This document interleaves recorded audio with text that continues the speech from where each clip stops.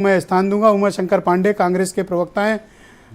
Pandey ji, India alliance बन गया, बिल्कुल आकार ले चुका है जी। सबसे बड़ी चुनौती आपके सामने प्रस्तुत कर रहा हूं। पहला सवाल, स्पेशल सेशन कैसे निपटोगे? आपके बनते ही एक चुनौती आ गई। देखिए, अंदाजा है ये क्या है? देखिए ब्रजेश जी, ये तो ये भी नहीं बता पाए, और मुझे लगता है वो जो संसदीय कार्य मंत्री हैं प्रहलाद जोशी जी, उनको भी नहीं पता है ये सत्र किस लिए है। भाजपा के किसी प्रवक्ता को, तो आपको अप्रिशिएट करना चाहिए हीरो वाजपेयी को। उन्होंने कहा जिस दिन सदन होगा उसी दिन बताएंगे। हाँ, इनको बेचारे की मजबूरी है वाजपेयी जी की, इनको पता ही नहीं, राष्ट्रीय प्रवक्ताओं को नहीं पता है। वाजपेयी जी इशू नहीं है, मुद्दा इशू है। अब बोले। हाँ मुद्दा, हाँ वही किसी को नहीं पता। यही तो तानाशाही है। नोटबंदी हुई थी तो वित्त मंत्री को पता था क्या? नहीं पता था, उन्होंने बाद में बयान दिया। ये आप क्या चाह रहे हैं, जोर जोर बोल के सबको स्कीम बता दें? नहीं, सुनिए, नहीं पता था। वन नेशन वन इलेक्शन की बात करने वाले जब पहली बार आए थे, याद करिए, इनका नारा था वन रैंक वन पेंशन। आज तक नहीं लागू हो पाया ब्रजेश जी। जंतर मंतर पर आज भी सेना के लोग धरने पर बैठे हैं। वन नेशन वन टैक्स की भी बात कर रहे थे।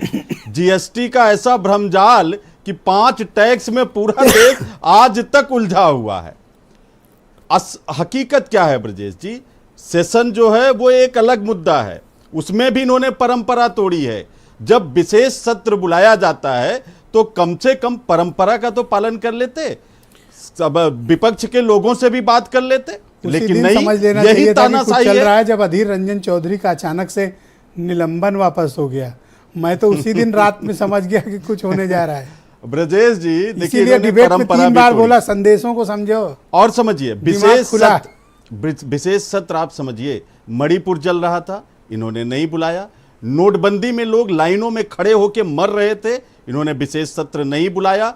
जब इन्होंने कोरोना काल में एकाएक लॉकडाउन लगाया, प्रवासी मजदूर हजार किलोमीटर पैदल चलकर दम तोड़ रहे थे, तब इन्होंने विशेष सत्र नहीं बुलाया। हाउ टू हैंडल, आप इनको इस मुद्दे पर अगर ये लेकर कुछ पार्लियामेंट में आते हैं, कैसे हैंडल करोगे? देखिए, ये डरे हुए लोग हैं। मैं आपको बता रहा हूं ब्रजेश जी, इनका डर, इनकी बेचैनी, ये जो इंडिया अलायंस बना है, डे 1 से दिख रहा है।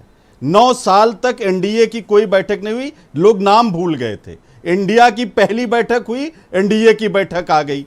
दूसरी बैठक हुई तो आप जानते हैं क्या क्या मोदी जी करने लगे। पता नहीं कहां से पंजीकृत अपंजीकृत तमाम दल ढूंढ के बता दिया अली बाबा, और 38 हो गए हैं, 2 और ढूंढ लाएंगे। अब 200 रुपए गैस सिलेंडर माफ कर दिया। अब देखिए डीजल और पेट्रोल पर भी कुछ ना कुछ छूट देंगे। ये इनकी फितरत है। लेकिन ब्रजेश जी, इंडिया अलायंस इनसे किसी भी तरीके से डरने वाला नहीं है, इनसे किसी तरीके से पीछे हटने वाला नहीं। राहुल गांधी जी ने कहा 60% लोग, 60% 2026 वाला मैंने सवाल किया, आपका सुर लय ताल बिगड़ गया पांडे जी। ये 26 वाला सवाल सुन के आपकी सुर लय और ताल ये देखिए तीनों बिगड़ गई। नहीं, ये तो आप समझिए, हम मध्य प्रदेश भी जीतेंगे, हम छत्तीसगढ़ भी जीतेंगे। और रही बात, आप समझिए हमारे अलायंस की चिंता क्यों कर रहे हैं? हम तो बिहार में महागठबंधन बना के चुनाव लड़े ना, महाराष्ट्र में हम महाविकास अगाड़ी के अंतर्गत लड़े ना, हम उत्तर प्रदेश में सपा के साथ पीछे मिलकर चुनाव लड़े ना। हमें तो, हम तो लोगों के साथ मिलकर चुनाव लड़े। धन्यवाद। मैं अरुण राजभर को आमंत्रित करता हूं SBSP के